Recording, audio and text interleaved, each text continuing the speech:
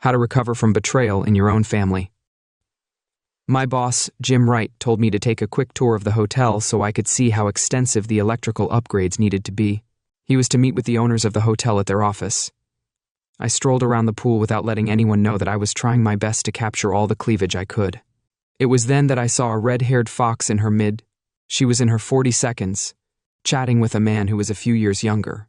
They pulled their loungers toward each other, and the man put his hand on her left knee as he did so, making contact with her generously shaped left breast with his elbow. I immediately hurried away from the pool, relaxing only when I was out of sight of the poolside vacationers. I pondered my options.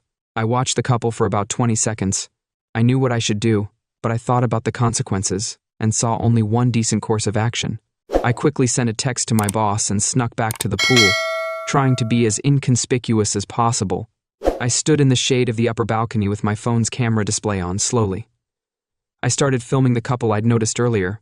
The woman was now lying in a chaise longue with her top unbuttoned, and the man was slowly applying sunscreen to her back, paying special attention to the impressive area of her breasts that protruded from under her torso and was spectacularly exposed.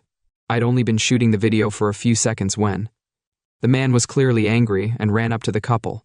He grabbed a handful of Lotion Master's hair and yanked his head back hard. This exposed the man's chin and throat. I could hear the thump as the angry man's fist hit Romeo's throat. This was followed by a second punch, this time to the man's chin. The woman with the red hair was lying on the side of the pool, making gagging noises and bleeding from her mouth onto the pool deck. It all happened so fast that she didn't have time to look back and see an angry man rubbing his fist as he stood over her. It lasted a few seconds before he grabbed her by her red curls.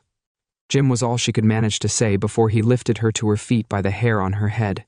I was still recording, so I captured her relaxed but rather firm bouncing as the man turned her around to face him.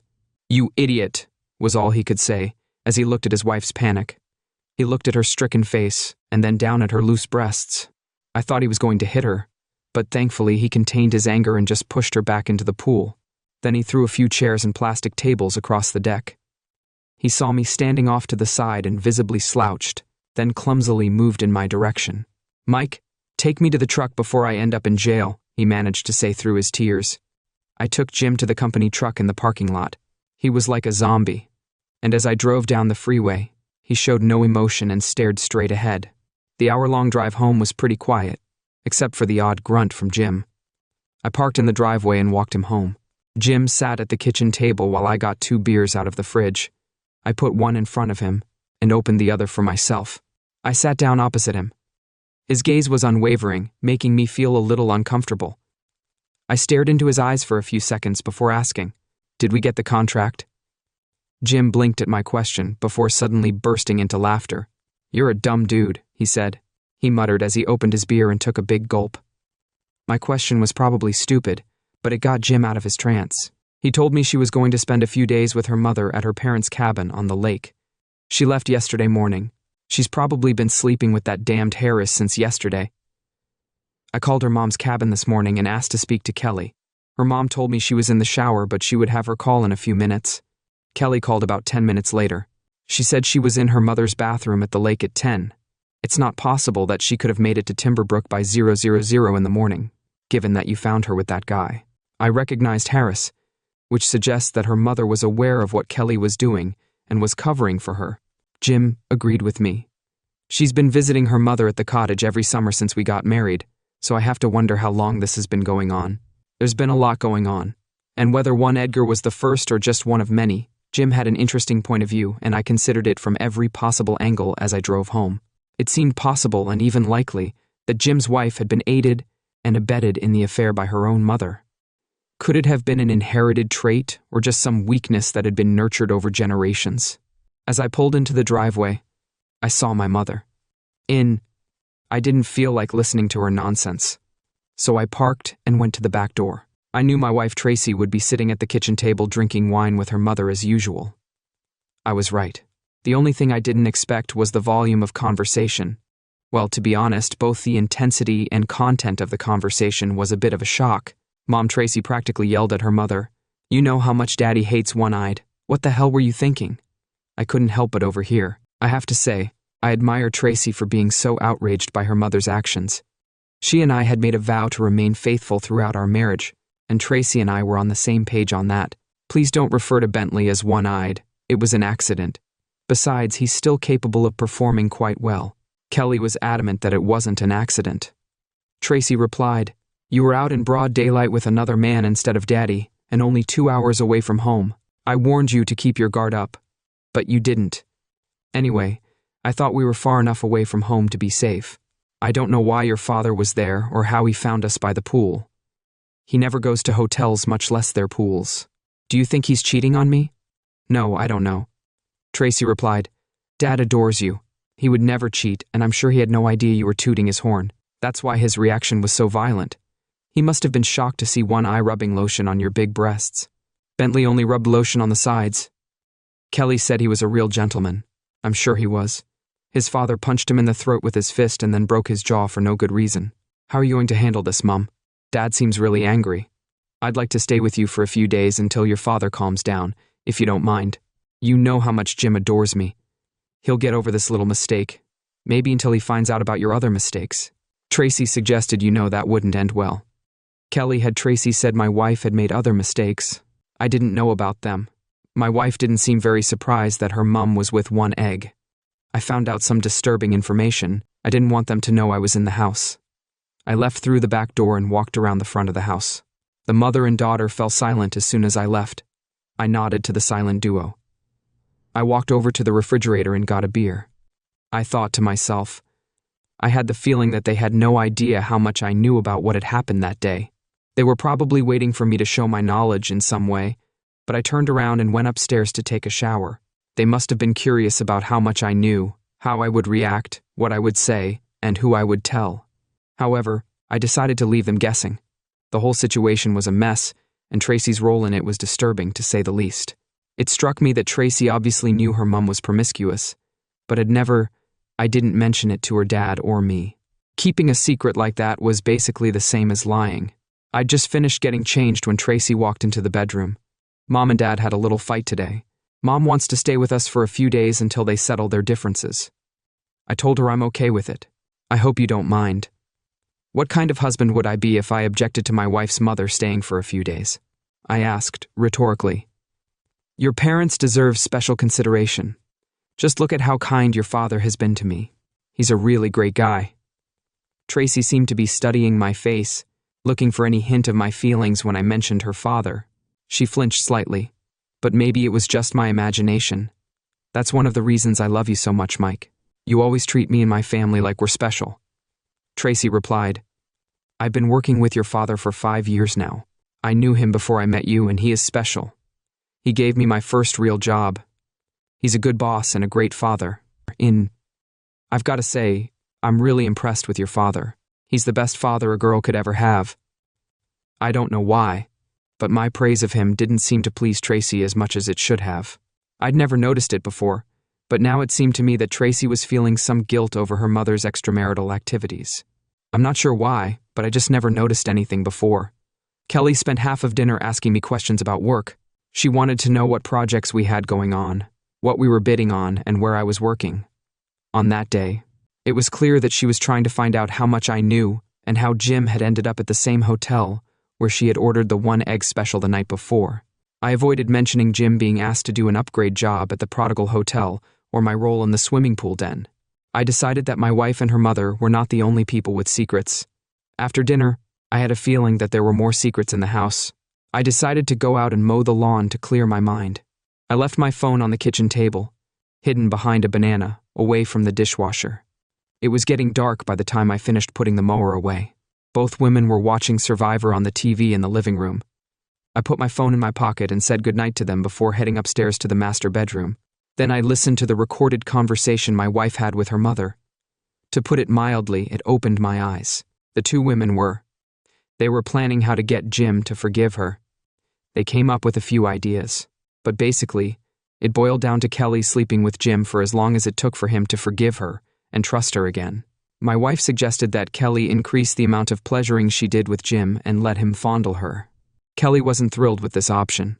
It was a couple of years ago, and I hope to look as good as Mom when I'm her age. Kelly said it really turns Bentley on when he talks about how he slept with a mother-daughter combination. He even wanted me to ask if he could do a hat trick with you. Not many. Men have 3 generations of family. Is that right? He's almost as old as his father and he only has 1 nut. Tracy said, I can't even imagine being with him. By the way, how big is his friend? Let's just say you won't be disappointed, Kelly replied, as if she were recommending a good hairdresser. Just make sure I don't rock Bentley's little grandson on my lap. I've never cheated on Mike and I certainly wouldn't start with 1 nut. Tracy said, I want Mike to be the father of all our children. That's the only thing I'm going to take care of. I love the guy. I love your father too. That's why this whole thing is so complicated. I don't. Kelly said she wanted a divorce. She said it's just that he works so many hours and comes home really tired. We're lucky to have sex a couple times a week. That's why I needed the Bentley. Mom, what about George Marsh and Jeff Stevens and God knows who else? I don't like the way this conversation is going. Let's go watch Survivor. I think that Italian girl is going to get voted off this week. Kelly said that to change the subject. I saved the conversation to a flash drive and went to bed, knowing I would get very little sleep that night. I had a lot to think about for work the next day. Jim was a mess as we started the day by going over the work assignments. There were 5 of us at our electric, and we exchanged glances as Jim read his instructions, stammering as usual. Jim and I were working together on our current project, so we climbed into the passenger seat of the company truck. We were wiring a house under construction, so we could chat freely without worrying about anyone overhearing us. Once Jim started telling me about his situation, he carried on talking all morning. I guess it was cathartic for him, but it made my head spin. I had a hard time reconciling what I'd heard from my wife and her mother with the future I saw for us. Would Tracy end up like her mother and grandmother, traveling around a lot? I'd have enough influence to keep her faithful. Was it worth the risk of a failed marriage or living the life of a cuck? Old Kelly called me this morning. Jim began. She wants to apologize for possibly. She gave me the impression that she was cheating on me with Bentley, who I think is called that because he's a bastard. She said that was the only time she ever cheated, or even came close to it. He stalked her for months, and she finally gave in to his charms. He scored an amazing goal. I asked how long her mother had been covering for her. She started stuttering when I asked about her mother's whereabouts. I knew she was lying, so we exchanged a few unpleasant words and I hung up. I wasn't sure if I should have given Jim the information I'd gathered. If he decided to reconcile, it would. I decided to give him time to decide for himself, but I did so in a way that was a bit indecisive. Jim, you need to take your time and find out what's really going on. Maybe it was the first time, maybe it wasn't.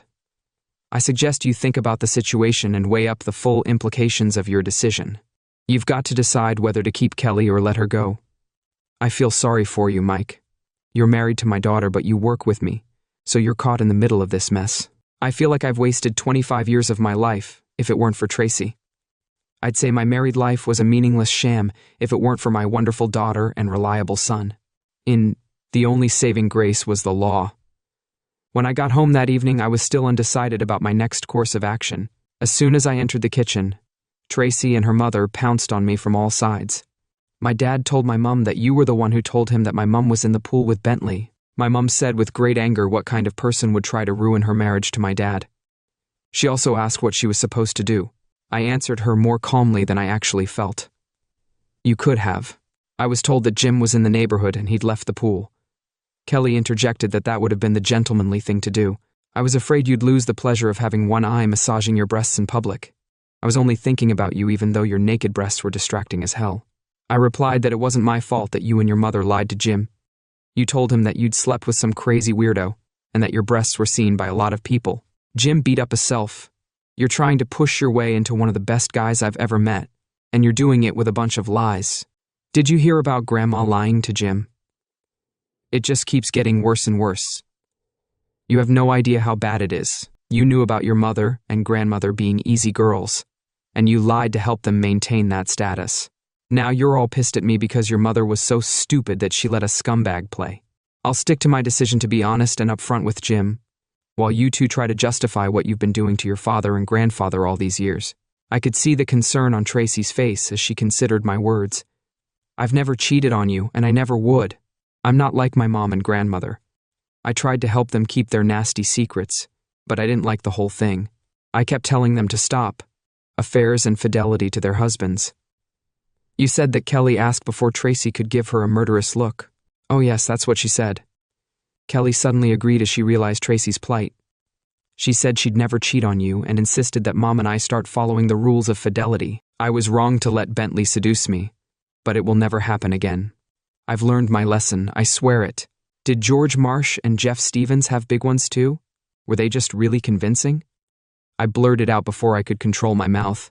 Tracy, did you tell Mike about George and Jeff? Did you turn your back on me to save yourself? Kelly demanded an answer. How could Mike know about them if you didn't tell him? Oh no, Kelly then howled. Did you tell Jim about George and Jeff? What about Bill Simons? Does Jim know about him too? Not yet, I replied with a smile. The next day at work was interesting because of all the life. I told Jim everything I overheard his wife and daughter talking about. He was pretty mad and then really depressed. I don't see any other choice, Mike. I'm going to contact a lawyer and get a divorce. Don't try to talk me out of it. I wouldn't dream of it, I replied grimly. I thought we could use the same lawyer and maybe get a better rate, but Tracy said she never cheated on you. Jim objected. You have no reason to divorce Tracy. She loves you. I know she does. I know Kelly loves you, and I wouldn't try to talk you out of a divorce. You're the one who helped me make my decision, Jim. If I hadn't had your wisdom and experience, I might have been tempted to stay with Tracy. You told me that you appeared to have wasted 25 years being married to a cheater. I don't want to find myself in the same situation 23 years from now. I no longer have any trust left in your daughter. I would spend every day worrying about her looking for more. I know Tracy will want to let Kelly and Kelly's mom see the kids and have an influence on their lives. I'd be really worried if I was left alone with my daughters, but I'm even more scared of your wife and her mom talking to them. I hope you understand why I can't go on like this. 4 years later, I decided to take my wife Amber out for our second anniversary. Our daughter Megan was 6 months old, and Amber's parents were more. I was happy to keep her overnight since it was our anniversary. I booked a room at the Ritz Hotel, which was nearly 100 miles away. I made dinner reservations and was looking forward to showing my wife how much her love meant to me. I asked for a secluded table and was pleased when we were ushered into a rather dark corner of the room after we ordered our food and exchanged a few sexy jokes. Amber suddenly straightened up and stared at the entrance. Is that your ex? She asked. My wife asked, Do you remember Amber? She was 2 years older than you in high school and looked like a photo model. She's still beautiful. I heard she remarried, but I've never seen her husband. He looks like he's a little older than she is. Actually, he's the same age as Tracy, I replied, turning to see my ex. My wife was sitting at the other end of the room. He's had a hard life, he said. He looks old enough to be her father. Amber said, That's not her husband. That guy only has one ball. I replied, I made the right decision 4 years ago. Being with you and seeing Tracy now fills me with relief and joy. Amber asked, What does her husband look like? I said, He looks exactly like a guy walking through the door with a baseball bat in his hand.